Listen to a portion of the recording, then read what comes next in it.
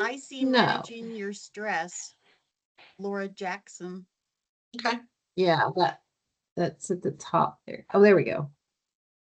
Yes. Try out the AP 513. Yep, that's what we're seeing. Okay. Yep. There we go. Manage your stress. Yep. Perfect. I know a lot of people want to know how to do this. So Oh my gosh, I know. I wish we could I hope we all learn how to do this and we're all good after this presentation. Yes, actually, this is the first time I'm teaching this one, but it was something Rob, I don't know if you know Rob Geller. He's one of our newest people, but he must have developed it in the last year. But I was like, oh, this is pretty good, actually. It's got some good stuff. It's like a good, straightforward approach. So we all know we're stressed. Awesome. Yes, everybody has stress. Mm-hmm. No, there's just no getting around it. Nope. That is true. Just depends on what kind of stress it is. Yep. So, yep. That's exactly right. We'll start here. And I started recording. Did it say it was recording? I did not see. Okay. Does it say it? I was gonna say I didn't see that. Yeah, it did. So it's saying I got the little red button. So. Oh yeah, my red button's going too. Yeah, you're good. Yeah. So everybody that's on here so far, we'll start about 3 after. We'll wait till some more people hop on, and then we'll get some introductions and we'll begin. So just hang tight for a few minutes. Thank you.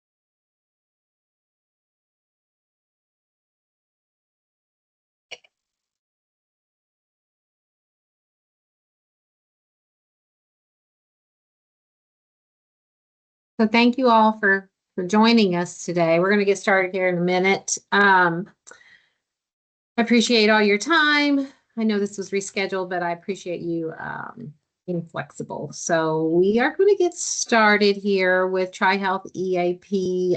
Laura Jackson, she's our speaker today. She's going to talk to us about managing our stress. So I will go ahead and give the floor over to Laura. Thank you so much. Thanks for having me. I probably have met some of you over the years. I have been with TriHealth EAP for almost 9 years. Prior to that, I was in community mental health for about 10 years. So I definitely always just think so kindly of you all over there and the kind of work that you do. And I, hold you to the utmost respect because I know you are just vital for our community. So let me start with that and just thank you all for what you do every day. My role at TriHealth, I'm primarily a counselor, do just kind of generalist stuff, but I also have a background in addiction studies. And so I do the drug and alcohol evaluations, work with employers and Department of Transportation, and kind of have that that background as well. But this is one of my more favorite parts of my job, is to get out in the community and do some of the trainings and presentations. So I am very flexible and casual, so feel free at any point to unmute yourself. This can be more of a conversation. If it turns into that, I'm okay with that. If you have something helpful to add or if you have a question, just feel free to jump on in.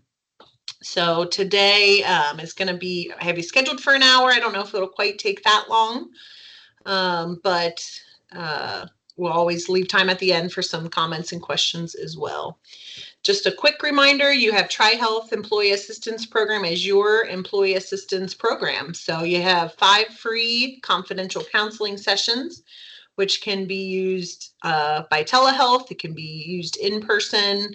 It's for you and your spouses, partners, dependents that live under your roof. So just know that it's a quick and easy way to get connected. Really, the research has not changed over many, many years, that most people who seek counseling kind of feel better in 3 to 4 sessions. So this is right in line with that. And I encourage you, if you've never done it, to give it a try. TriHealth feels like a big place, but our EAP team is rather small. And so if you call, you're going to talk to Mary or Jeanette, who've been with us a long time, and they're super nice and easy to talk to, and they'll help you get what you need. If you haven't been to our website lately, I would check it out. And we've got kind of more trainings like this that go on. We offer them to all of our companies, so they're usually bigger attended, but this month Rob is doing men's mental health, which is going to be a good one. And then next month I'm doing purposeful life, living life with purpose. So you can sign up on a Sign Up Genius for those free trainings. And there's 2 different opportunities each month for the different topics. So feel free to join us for those. So today, stress management. Jennifer and I were saying we can all relate to stress, right? We all have different stresses at different points of our life. Good stress, bad stress, but stress nonetheless. So today's just kind of a practical approach to talk about, what are we talking about? What is stress? How do we define it? How does it impact us physically, mentally, emotionally? And then some strategies to reduce your stress. And we have kind of landed on these 3 skill-based things. So we'll talk more about those. It's the action, the emotional, and the acceptance skills. So we'll go dive into that. So stress itself is the mental or physical response to a challenge.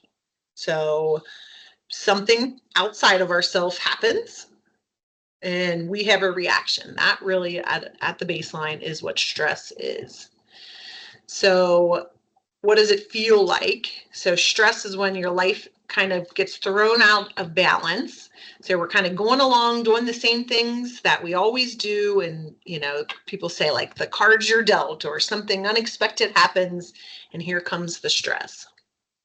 It would really be unrealistic to think we could get to a life where we never have stress. I've thought about that statement of the Buddhist monks that live in, a community of silence.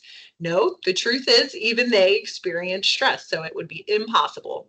So then the name of the game is really just managing stress, so that if we're experiencing stressful things in life, if we can figure it out and cope with it and do what we need to kind of get through, then we're going to be better for it. We're going to feel better.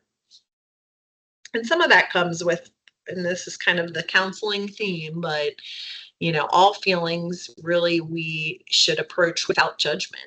So if we're reacting to stress, we don't have to judge ourselves of, am I reacting the right way? Is this too strong of a reaction? Should I do something different, right? It's just simply like, okay, I'm experiencing stress, having these feelings, and I'm going to kind of go with a questioning attitude and kind of a resilient kind of approach to say, what do I need and how can I get through this?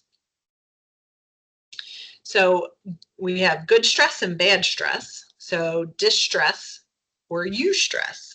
And really, for all extensive purposes, our brain and body reacts the same way. So even if somebody's in an exciting time of their life where they're getting married or buying their first home, or they're close to retiring and they're going to have this, their dreams come true, but it's still very stressful. And our brain doesn't really know the difference. So I like to always include that into the conversation so that people know, even if you're like, I want this change, and this is good news for me. Why am I reacting so strongly? It's because your brain really doesn't know the difference. So this chart kind of shows what happens when we start to feel stress, right? So it says like boredom, depression, increased attention and interest, and then you get to this optimal point. So this is kind of showing that our first reactions are necessary. So it's in this kind of middle brain where it's fight or flight. It makes our adrenaline go. It increases, you can see, our performance. So physically and physiologically, your pupils dilate and your blood blood pressure increases a little bit and kind of gives you an edge. So right before you speak in front of a group, or I think of like the athlete on the foul line going to, make a foul shot or whatever it is, that some of this really is good. So ideally we're going to embrace that part of the stress and use it to our advantage and kind of figure out where is our optimal performance, because you can see if you don't kind of catch it and capture that, too much stress, it increases anxiety and then can even go down into this really shutdown mode of your brain isn't as clear. People talk about foggy brains and paralysis and decision making and things that so too much stress and anxiety is not good. So we know that. So this is why we have to manage our stress. So we want to get the benefits and the good stuff of it and avoid, having these anxiety attacks or these complete shutdowns. So where does the stress come from? So externally, we're thinking of things that are really completely out of our control. So it's the kind of stress that enters our lives without being invited. So a coworker calls in sick, you're driving somewhere and get a flat tire, there's a traffic jam of immense proportions, maybe the highway is totally shut down. That happened to me once. We're talking 4 hours, saw the helicopter come and land on the highway. Totally out of your control, but depending on where you're going and what's happening in your day-to-day, that can really throw you for a loop. How about natural disasters? We see on the news things about these, tornadoes or volcanoes or, fires, all these things that really are out of our control externally, but can really cause some intense stress. So then thinking inward, internal stress. So internal stress is usually related to how we think about things. Most importantly, our expectations. So this is, of course, the theme we work with a lot in counseling, and it's a good place to start is like, well, what are you expecting from this person or this situation or this job or et cetera, et cetera. And a lot of times we're kind of oblivious to our expectations, and people will say like, I don't think I'm really expecting anything. I will challenge you to say you are. You just don't know what that expectation is. And so taking some time to understand what you expect is going to be crucial to then managing your expectations, just to make sure that they're correct and they're rational and we're expecting realistic things from ourselves and others.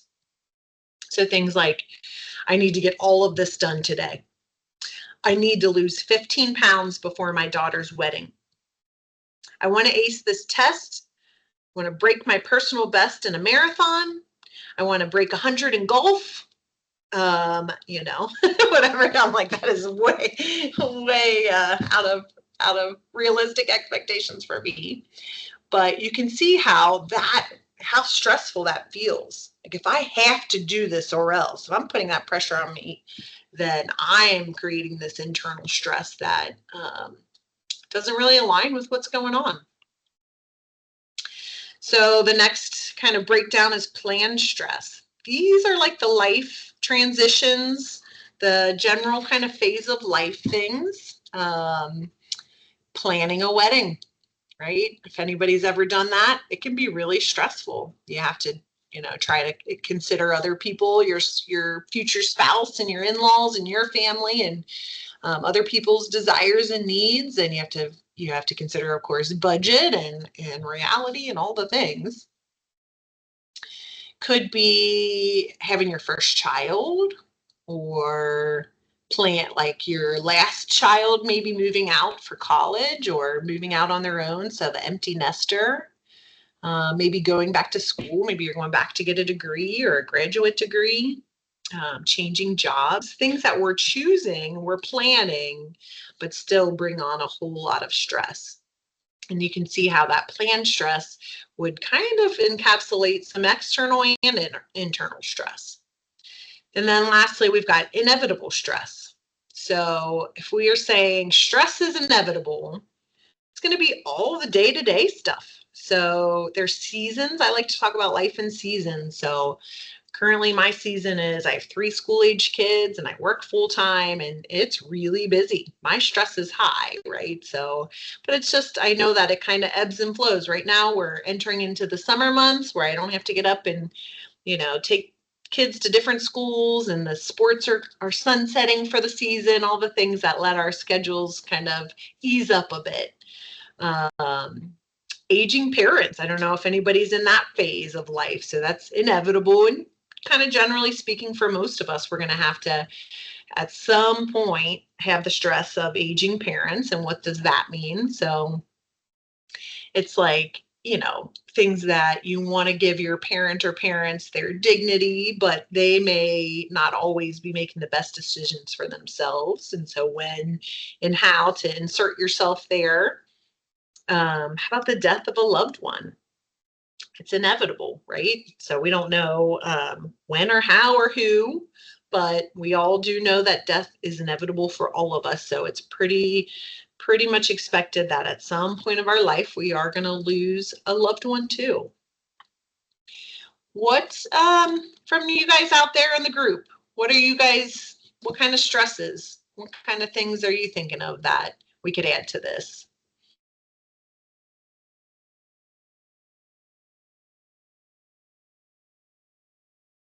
Does no one have stress?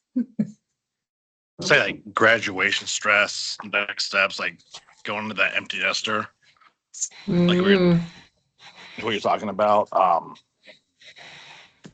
It's fear of the unknown next coming up. If you're fearing for like kids, now they're becoming independent, maybe on the next step, and just like, just please don't die your first year of adulthood. Just please don't. I mean, I've done so well keeping you alive up to this point. Just go out there and do some stuff. Just don't. So that's my current stress level right now, honestly. So there's some external, some inevitable there, but also that internal kind of that worry of like, oh gosh, did I do enough for them? Did I teach them enough? Do they have the skills they need to be successful adults? That's a lot of stress. And then the empty nest thing is like a whole new phase for you. And if you're with a partner, like that's a whole new stress of there's no kids to focus on. There's no, it's a new phase of the relationship too. You look for the house. What else? Anybody else have stress out there?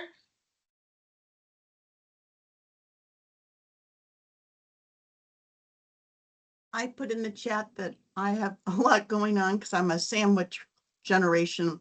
I'm taking care of parents and then I have sick grandkids. You know, it's just getting it on both ends. That there is a lot of kind of talk out there about the sandwich generation. I'm feeling it myself. It's a lot to, and usually like your case, I mean, you're here through work. So, you know, the sandwich generation, the people are still working and trying to still care for things on both people on both ends. So that is a lot. Somebody wrote financial stress, right? You know, these gas prices are out of control. Kids out for summer, you know, the good and the bad stress. The schedules might ease up a bit, but, you know, we're week 2. There's lots of bickering already happening about who had the last green popsicle at my house. Those things can be stress, you know, their own stress. Yeah, money for sure is, everything has just gotten so much more expensive and there's really no end in sight. And so that, you know, are we doing enough? For our retirement, if we're, you know, trying to save for our kids' college, or are we doing enough to just get by day to day, you know, check to check? It is stress. Okay, so we didn't really talk about work stressors, but we do have work stress. Even if we all really love and value our job, still has its own set of stressors. So depending on your role, your boss, your company, the expectations, those all add to the stress. Or maybe you're at a place where you're like, gosh, this is a program that's sunsetting. I don't know if I'm even going to have a job. It may not be this job. Any kind of difficulty with relationships with coworkers or your boss, that is, I mean, I see that in counseling because that is up there with stress. We see and work with our, you know, our work families more than sometimes our own families. And so if there is a strain in one of the relationships there, it is extremely stressful. And relationships with bosses lead to, you know, a poor relationship leads to people leaving. That kind of old saying I really do find to be true is people don't leave jobs, they leave bosses. So if you have a strained relationship with your boss, that is some big stress. Or maybe you're starting a new task or a new role and you didn't get the training. If you don't feel like you can really be successful or do a good job, if you don't feel like you have the support to be successful, if you're not getting recognized and praised for the good work you're doing, all of that is stress. And here, this last one, that some of it could just be coming from you. Maybe you're not great at executive functioning, right? Your organization and procrastination stuff could be adult ADHD, could just be kind of personality, and could be just lack of skills that you haven't quite perfected yet, but that can add to it too. It's not, things aren't going as smoothly as they maybe could be. So in our personal life, some of these we've mentioned. These are really kind of always up there, rated as the top personal stressors. And most of these, not all of them, but most of them are kind of in that inevitable class, that there are going to be these stressors in our life at one point or another. And as you can see, just to reiterate, some of the stressors listed are really negative in their base, and some of them aren't. Some of them are positive. Maybe you've waited your whole life to finally be a parent and have a child, but that's some real stress. That's a big adjustment, right? As many of you have kids that we all know, it's kind of a hard shotgun start feeling kind of thing. So it's, yeah, even good stress still can really be overwhelming. Nobody mentioned this, but I certainly am a big proponent of limiting our news intake. So in today's world, we have 24-hour news access, whether you're intentionally looking at it or it's coming in, you know, little blips through your feeds. Even, you know, there was an option in my like work computer that it would pop up with, like, I think it was like, I don't know if it was national news. I'm like, I have to put this away. I just quieted the notification, but If you're looking for news, it's there. If you're not looking for news, it's still there. So we have to actually be very, very intentional about not getting news too much. It's stressful. So not only do we know what's happening in our local community, and it tends to focus on the bad stuff, but we now have access and images, right? And you think about maybe when our parents or grandparents were young or were raising their families, they were getting the 6 o'clock news. That was it. And we weren't seeing live action photos from the war, in a different country. So all of that is very new to us as humans, and our brains really are not equipped to deal with it. And so there's too much, especially too much visual, I would say. It's kind of like secondary trauma. We talk about, in our nonprofit world of like compassion fatigue and secondary trauma, that really can qualify. 2-parent working families. That's just how our country is set up now. That's the majority of how everybody's living. And so that brings on its own stress of, who's doing what, and are we there enough, and can we pay the bills, all the things. Multitasking, right? I think or at least I started to think like, wow, I'm a good multitasker and this is really a good skill.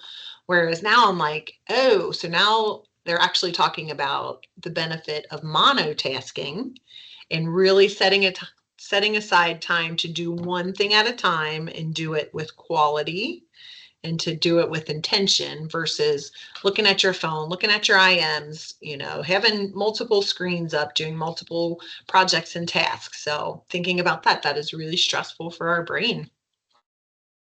Boredom is at an all-time low, the research says. How interesting. I remember when I worked, we had like a parenting program, and the parenting director, this was, 15 years ago, she was huge into the importance of boredom for children.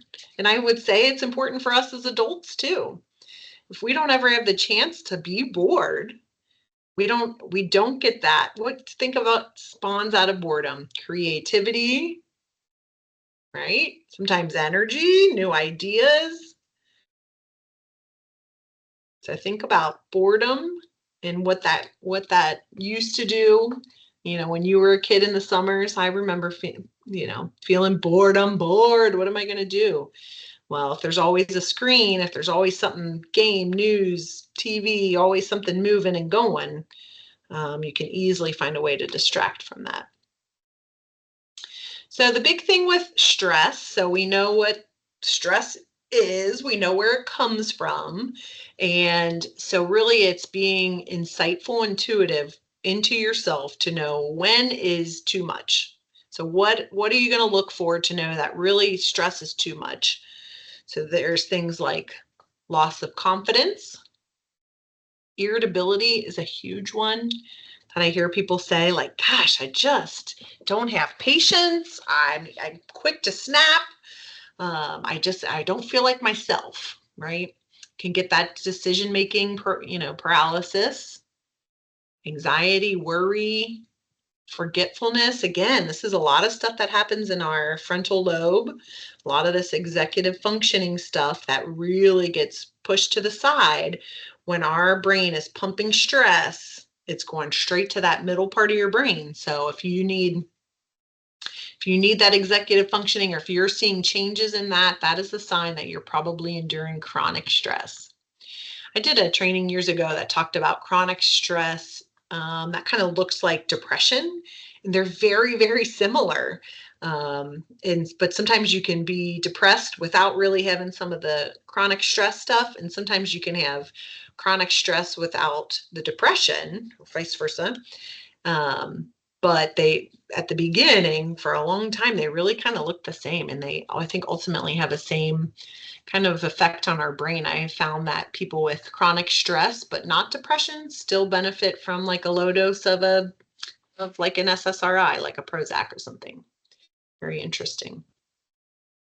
Increased physical problems, pain, illness, increased use of nicotine, THC, alcohol, food. I had, behavioral stuff like gambling. So all of the stuff that gives us like a quick dopamine boost or a quick feeling of escape, If you're doing those more and more, then if usually you're like I'm a social weekend, have a few glasses of wine, and now it's like, oh gosh, for a couple weeks now or a couple months now, I've noticed it's most work nights. I come home and I drink a glass or two or more. Like that's a sign. Even if you're not acknowledging or feeling the stress, your behaviors are showing you that you probably are. So here's a visual of that middle brain, the amygdala versus that prefrontal cortex.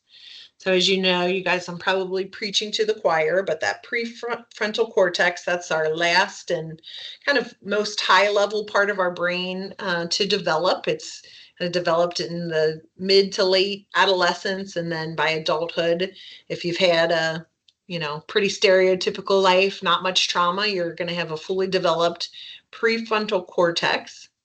So with an unstressed brain, you can see it's just kind of green, it's flowing. You have good control over your thoughts, your emotions, your actions.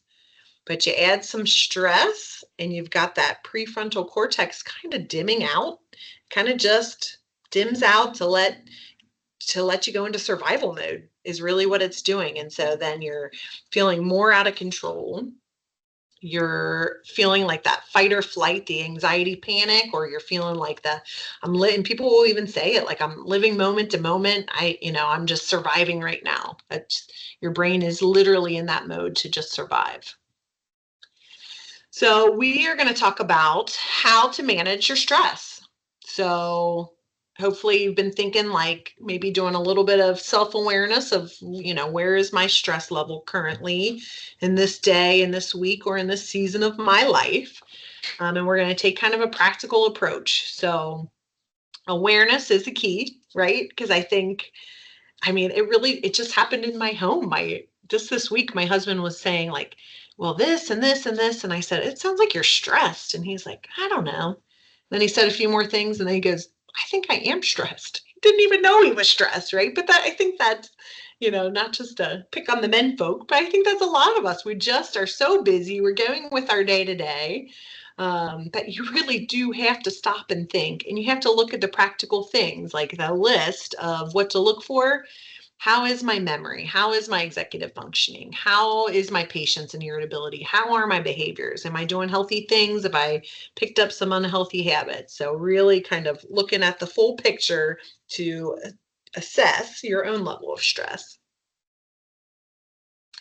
And then you're going to do an analysis. So you're going to think about what's the best way to manage this, depending on what's going on, what I have access to, what do I need, and what kind of coming up with a plan.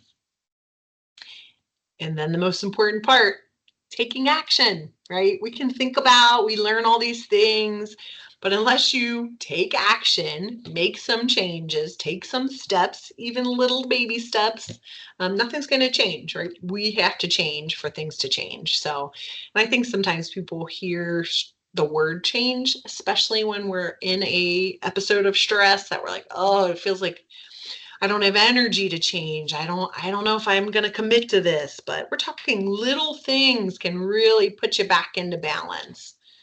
And so not feeling too overwhelmed with that thought, really. That's why I like the kind of practical approach.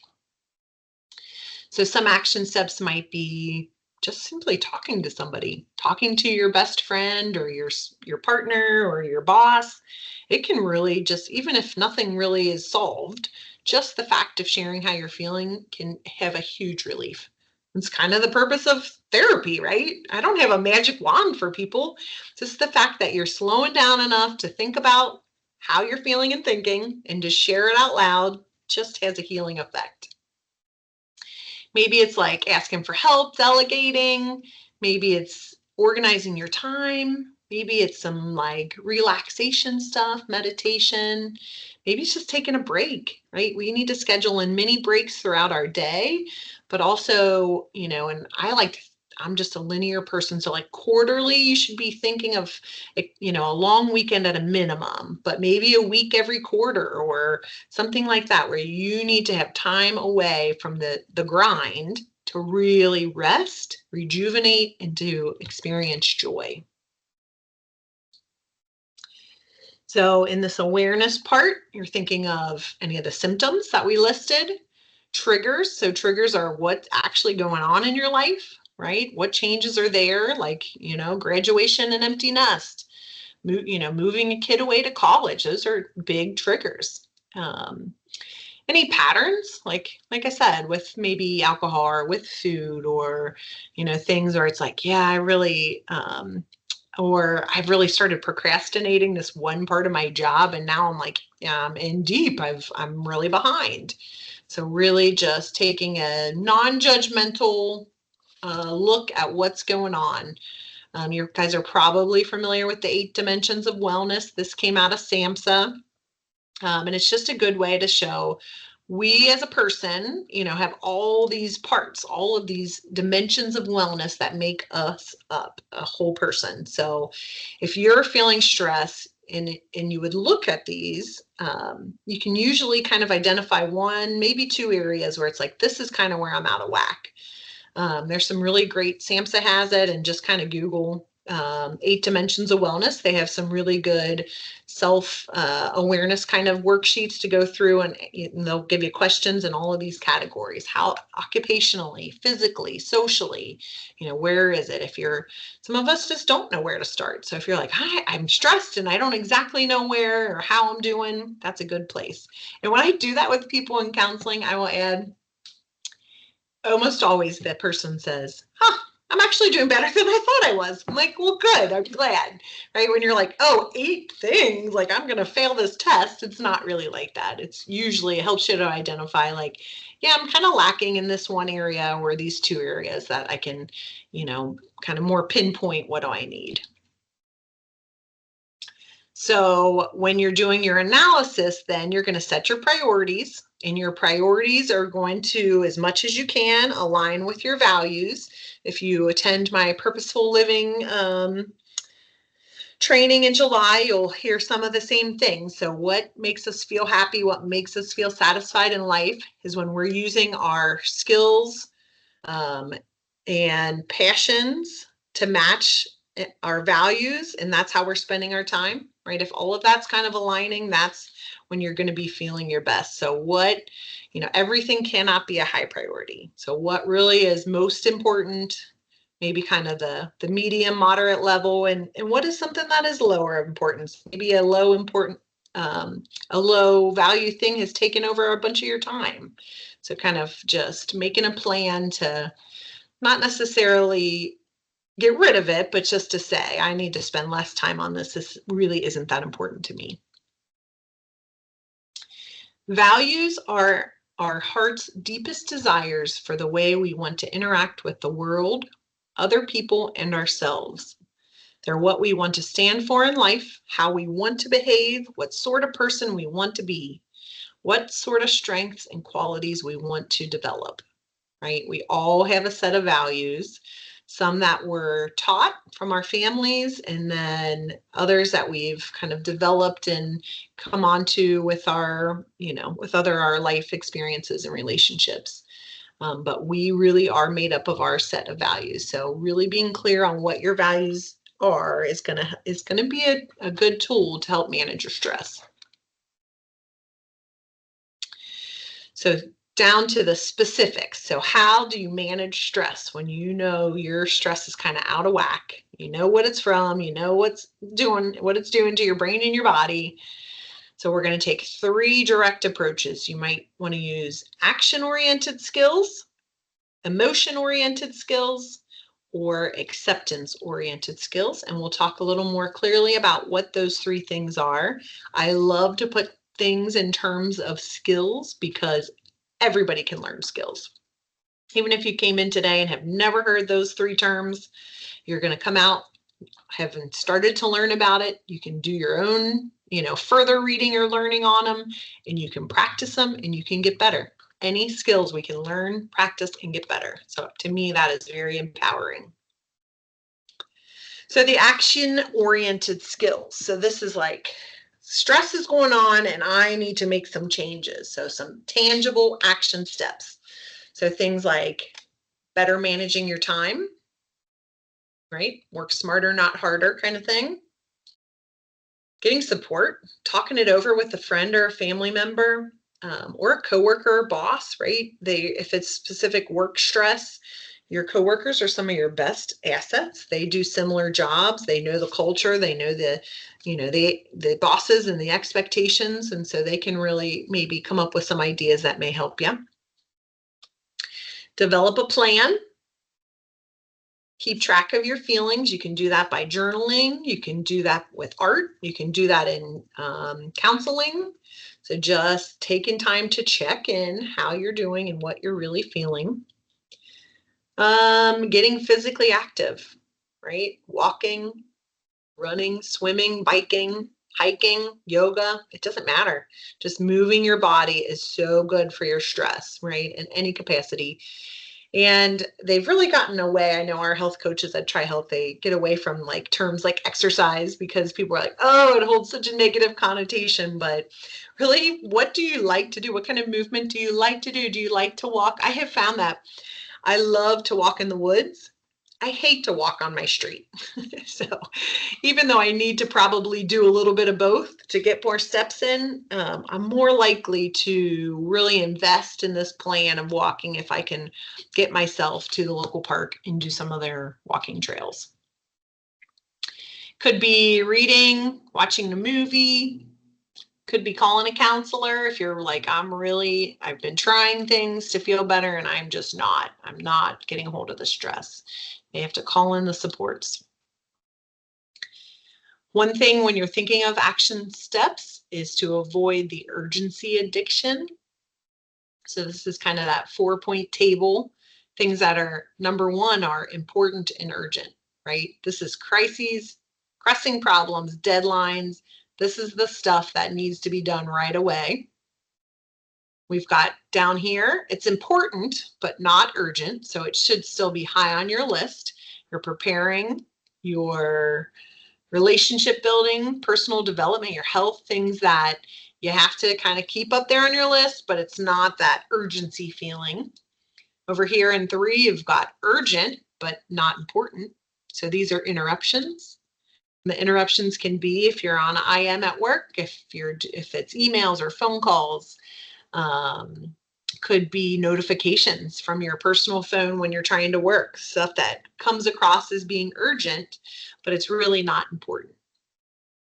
And then you've got the kind of block that's neither important nor urgent. So busy work, irrelevant mail, too much TV, just distractions. Here we'll put just kind of distractions. Time spent here is avoidance and procrastination. So when I'm like, oh, I just want to go into, and I know when I'm doing it, right? I just want to like check out of my brain for a little bit. I like to do word games, the Wordles and the Scrabbles and things like that on my phone, but you can really get sucked in and it's too much. It's not important or urgent. And so I can't spend too much time there. At the same token, urgent but not important tends to suck up a lot of our time. And that's not great either because it's not important stuff. It's not stuff, our values usually are not falling in this 3 and 4. So it's not stuff we want to be spending our time in. I saw a chat pop up. Somebody doing a dance group. I love that. I love that. I actually do like a dance hit class too for exercise, and the community aspect I think is great. And then, but it's for me, if anybody's ever not tried a group exercise class, what I love about it is you're so focused on the instructor and what you need to do. It's a total break from your mind. Talk about being, avoiding, but it's like in a healthy way. It's like a meditation of like, I'm not thinking about any of my worries or any of my just chatter in my head. I'm focused on what move I need to do next. I love it. So taking charge, if you're talking action, eating healthy, exercise, just starting small. If you have access to things like health coaches or even if you wanted to get EAP and talk with somebody about support for your health goals, that's definitely an appropriate use of an EAP counselor. So next we're going into these emotion-oriented skills. So this is relaxation, distraction, and processing. So we've got relaxation, which is meditation, controlled breathing. Could do the therapeutic sigh. Let's all try that. I want you to take a deep breath in. I think all of you are on mute, so nobody's going to hear you. Take a deep breath in, and on your exhale, I want you to make an actual noise out loud. Ready? So we're going to breathe in for like 1, 2, 3, 4, and then a loud sigh. You can kind of feel the stress melt off of you. Things like the 5 senses. So it's looking around for 5 things you can see, 4 things you can feel, 3 things you can hear, 2 things you can smell, maybe 1 thing you can taste. You've got, you have just the deep breathing. If you take 3 kind of deep breaths from your stomach, that's enough to reset the central nervous system and help you to feel more relaxed. These are things that are easy and free to relax. So one thing I like to remind people with stress is our bodies kind of remember it from day to day. So even if you're like, the stress is over for the day, you're going to go to sleep, sometimes you wake up and you're still feeling it. And that's just simply our brains and bodies trying to be on automatic mode, that's how our brains work. So taking the time to physically and emotionally relax yourself before bed is a really good practice, or after work. You can do some of it in the car on the way home. YouTube is like awesome. All you have to do is type it in, 3-minute breathing exercise, something like that, and you got it right there. Tons and tons of them. There's no right or wrong. There's no risk to it. My suggestion always is like, just find somebody who has a voice that doesn't annoy you. Because when sometimes I'll start these relaxations like, oh no, that's not it. And just try the next one. But it's just little gifts we can give to ourselves to help manage our stress in the moment. So then you get into kind of the thinking and expectation part of things. So these are some of our pretty common traps when it comes to thinking. So exaggerating, catastrophizing, overgeneralization, magical thinking, right? Personalization. So it's just trying to keep things neutral, calm, not taking on other people's stuff, like this isn't about me. Those kinds of things are going to help to challenge these thinking errors. Should statements, if you find yourself thinking or saying, oh, I should have done that, or I wish I would have, I could have, the shoulda, woulda, coulda, it's usually an indication of an unrealistic expectation. And it's just a way that we beat ourselves up. So it's not what I should have done. It's thinking about what I did do, what I can do differently next time. Those are a lot more neutral based. It's going to leave us feeling a lot more neutral. That guilt stuff of the shoulda, woulda, couldas, it's like kind of like wagging a finger in your face. Nobody likes that. Doesn't feel good. And the other statements to look out for are the all or nothing, the always, the nevers, every, right? There's not not many things in life that are always or never. So if we're thinking in those terms, it makes our feelings be as grand as those terms. So bringing it back down to a more realistic, like, yes, this happens. Sometimes this happens. It doesn't mean it's going to always happen. We can choose to do things differently to make a different outcome next time. And then we've got the acceptance-oriented skills. So this is basically kind of your path to being your best self, being your most authentic self. So you're going to know your values and you're going to make choices and spend your time on things that you value. It doesn't matter what other people say, doesn't matter who agrees or doesn't agree. If you're being true to yourself, you are going to feel less stress.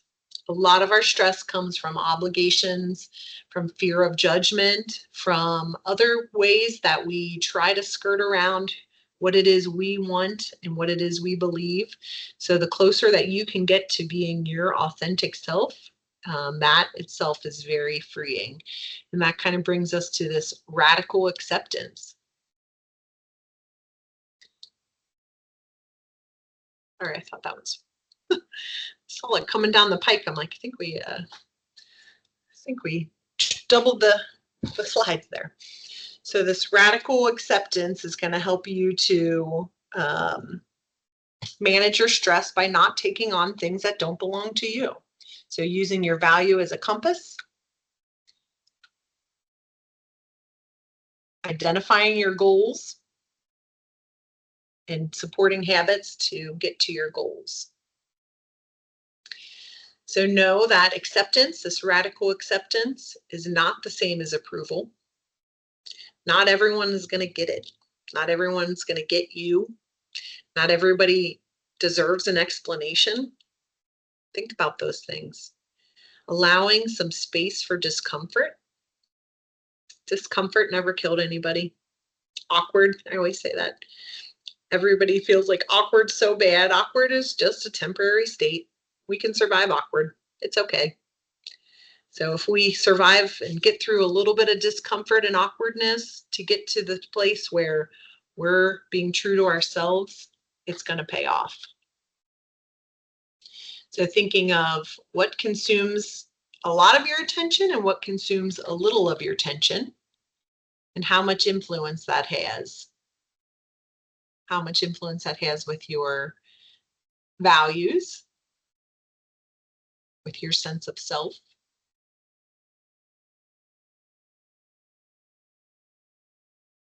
And then really asking yourself, am I willing to make room for this difficulty in order to work towards valued goals? So I think in moments of stress, we sometimes feel like we're just a passenger in the ship, right? Just trying to hang on, holding on to our life vest, but really to slow the boat down to say, am I on the right boat? And what would it take to get onto the right boat?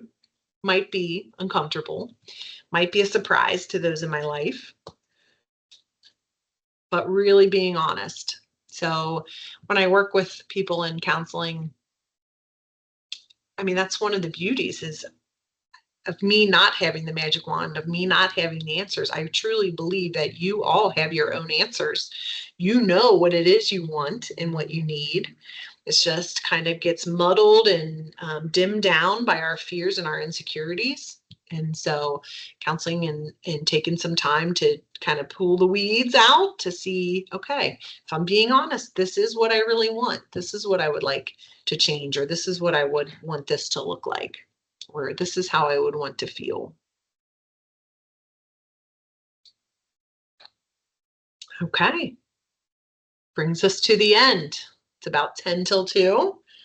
Any comments? Any thoughts?